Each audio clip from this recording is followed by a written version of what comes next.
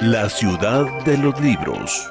Muchísimas gracias por estar aquí. Estamos con la Ciudad de los Libros, con Carmina y con Anabela Schlosser de Pais para presentar su novela Asuntos de Familia. La verdad es que estamos muy emocionadas de estar aquí, sobre todo tener aquí a la autora del libro y para poder hurgarle el cerebro para ver cómo fue todo su proceso.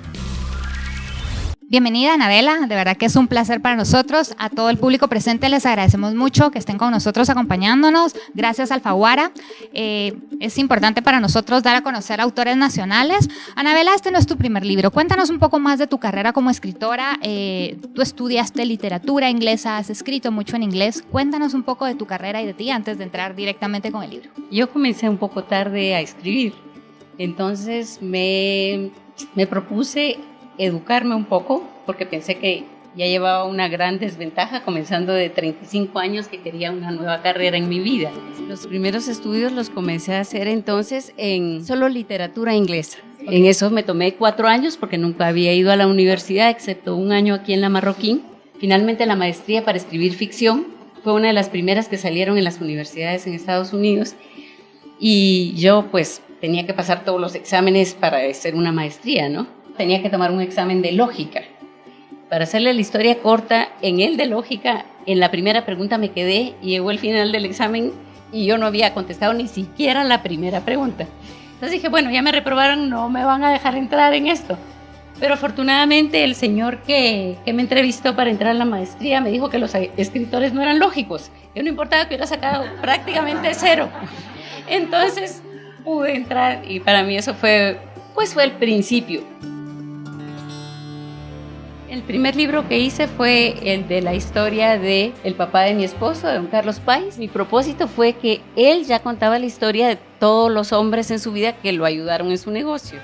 Yo quise contar la historia de todas las mujeres de su vida, comenzando con la prima, que ya era viejitísima cuando me la fui a encontrar, con la primera señora con la que había tenido un hijo, por supuesto con mi suegra, mi cuñada. Y pues traté de hacer una historia completa del hombre que era él, no solo en el sentido de negocio, sino en su vida privada. Y luego entonces mi esposo tenía una colección de ondas y me dijo, ¿por qué no hacemos un libro de ondas? Y por supuesto la que tuvo que hacer el libro era yo, pero él puso las ondas y me enseñó a amarlas y fuimos a buscarlas en todo el país. Entonces fue muy lindo porque ya no fue solo el libro de ondas, sino paramos escribiendo sobre los artesanos de Guatemala. Y eso fue lindo. Y luego vino la primera novela que escribí, que se llama Donde los perros se vuelven lobos. Yo viví en Estados Unidos y yo oía las noticias de Guatemala de lo que estaba sucediendo, ¿no? La forma como lo representaban los periódicos, yo sentía que ellos no entendían la complejidad del panorama nuestro aquí.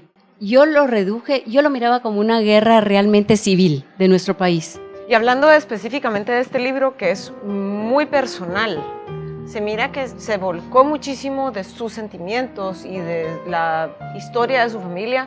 ¿Qué fue lo más difícil de escoger qué poner en el libro?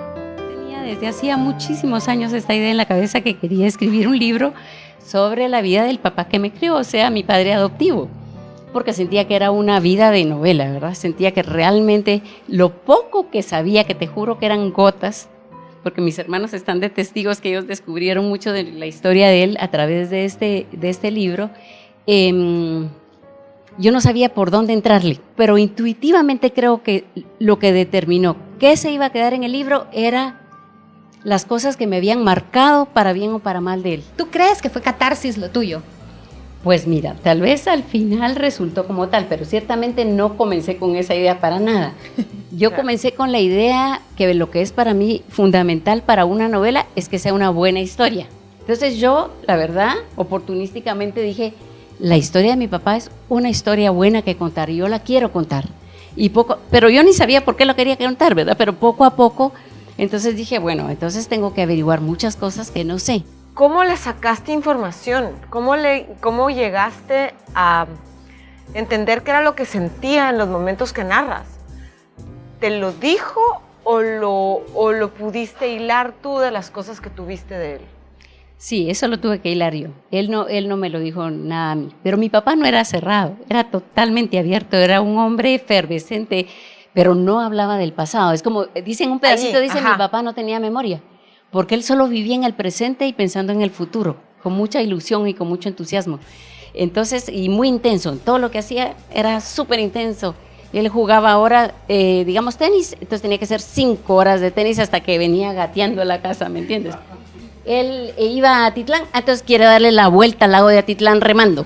Era todo así, ¿verdad? No se conformaba con las cosas a medias. O sea que era muy intenso, muy alegre, pero en el sentido de él hablarnos de su pasado, jamás nos dijo nada. Toda la historia yo la tuve que ir armando de las fotografías que encontré, Claro. fotografías viejas que estaban ahí, Sí. y unos que otros papeles, como el papel de donde está el divorcio que está ahí, ese papel me lo copié tal cual, porque así ahí estaba, del divorcio entre su papá y su mamá, pero eran 3 o 4 cositas y se acabó. Yo de ahí tuve que armar el resto, haciendo un poco de research, leyendo un poco de la época, de cómo se sienten los alemanes al respecto de haber vivido en esa época. Quería comentar rápidamente un pedazo que me encantó porque me regresó a mi infancia. Es cuando al inicio del libro, que está con su abuela Cecilia, creo que era, su abuela Cecilia, que la pone en el vidrio con los calzoncitos en la tienda. Y el frío, es que fue impresionante. A mí se me transportó porque me recordé que de niña me pasaba. Me llevaban y me cargaban en el mostrador y ese frío. Te juro que no me había recordado de ese frío jamás y se lo agradezco muchísimo que lo haya puesto porque me regresó a mi infancia. Lo dudé tanto si lo ponía o no. Decía, es que es algo tan chiquito. Esa tienda de costura con una abuelita y una niña. Yo me imaginaba a un señor, ¿verdad? Comenzando a leer la novela y decía, ay, Dios mío, ¿y esto qué será? Entonces ya cerrarlo. Y como el reto es que no te dejen colgada en ninguna página, ¿verdad? Ahora, para nuestros lectores en la Ciudad de los Libros, tú has hablado mucho de la narrativa y eso es algo que entre nosotras discutimos muchísimo. Tú tienes una narrativa muy fluida. Es un libro que se lee muy fácil, es un lenguaje, como tú bien dices, amigable, pero eso es algo que al menos los lectores agradecemos.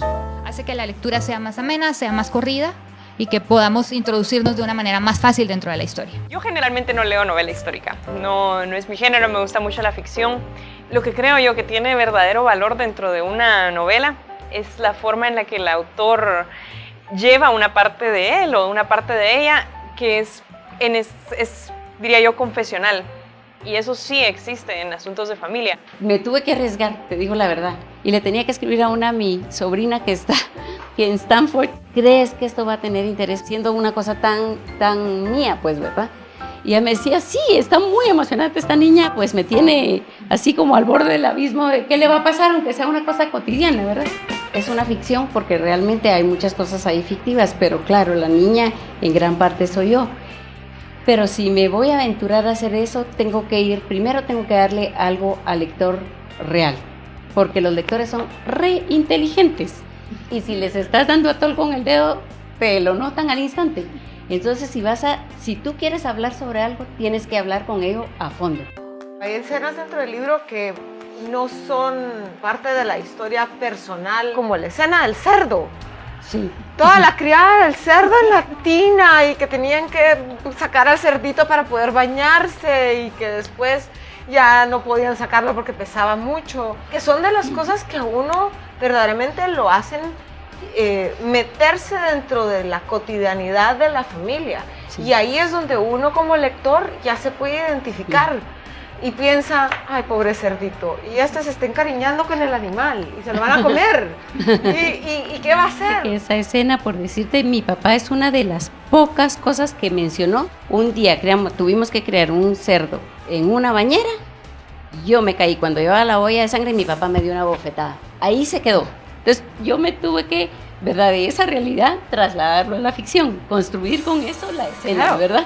Quisiera saber, así como curiosidad, ¿en qué idiomas le gustaría que se tradujera esta obra? Me encantaría que lo tradujeran al alemán y al inglés.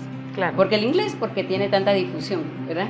Y el alemán, porque mucha gente alemana yo creo que se puede identificar con escenas similares que sucedieron en otros países. Muchas cuestiones que yo no conocía acerca de cómo se vivió de este lado del charco en la Segunda Guerra Mundial y más particularmente qué pasaba con estas personas que no necesariamente eran prisioneros de guerra ni eran implicados, pero que si tenían la nacionalidad instantáneamente estaban calificados como criminales. Claro. Yo al principio pensaba que mi papá tenía una vida de novela, pero llegué a la conclusión que realmente todo sobreviviente tiene una vida de novela. de cada historia podrías hacer un libro. Yo Las creo que eso circunstancias le da un fueron valor muy horrendas. importante a su libro, porque, por ejemplo, Angélica es un millennial acá. Nosotros ya estamos en otra generación, pero ella como un millennial, la verdad, ellos no han vivido esa etapa de generaciones que han venido de otros continentes como usted lo muestra. O sea, irse a Cuba significaba no ver a los familiares tan próximamente. Ahora los jóvenes van a estudiar a Singapur y mandan fotos, publican en Facebook videos instantáneos y demás. Esta generación era muy distinta, se vivió de otra forma y yo siento que es bueno que quede captado, como dice Angélica, no solo el interés que a ella le motivó de ver cómo se vivió la Segunda Guerra Mundial de nuestro lado, sino que además que le dé esa perspectiva también a una juventud de cómo era la vida en esa época. Y de hecho hay una parte que de veras me impresionó también, que es una donde el papá les está comentando que yo quisiera tener la juventud hitleriana para mis hijos sin el nazismo. Esa misión que hay de, bueno, aquí también hubo desarrollo y sí hubo cosas negativas, pero esa es la primera vez que miro a alguien admitir que había bien dentro del Tercer Reich. Claro, pero como ves las circunstancias del niño, para él es un honor que lo acepten ahí, Sí. ¿verdad? Entonces, por las circunstancias para él, pues siempre fue agradecido de que él pudiera pertenecer a la única sociedad que quedaba, ya te imaginas, en el último año de la guerra en Alemania, cuando ya todo estaba destruido, las ciudades destrozadas, no había que comer, era una cosa espantosa. Además ¿verdad? que estaba con la zozobra de que descubrieran que el niño era de madre judía. Exacto. Esa parte era, ha de haber sido verdaderamente angustiante. Pero te digo que yo pienso que lo que salvó al niño es que él no lo sabía. Solo su papá lo sabía. Sí, claro. ¿verdad? Pero te imaginas todo eso, Sí. esos secretos, esos silencios, llegan a cobrar la factura al final. Bueno amigos, ha sido un gusto contar con su presencia en la Ciudad de los Libros. Gracias por estar aquí en el lanzamiento de Asuntos de Familia. Les recomendamos muchísimo que lo lean, que lo busquen. Agradecemos nuevamente a Alfaguara por habernos dado la oportunidad de entrevistar a Anabela, que ha sido un honor, así que les agradecemos a todos.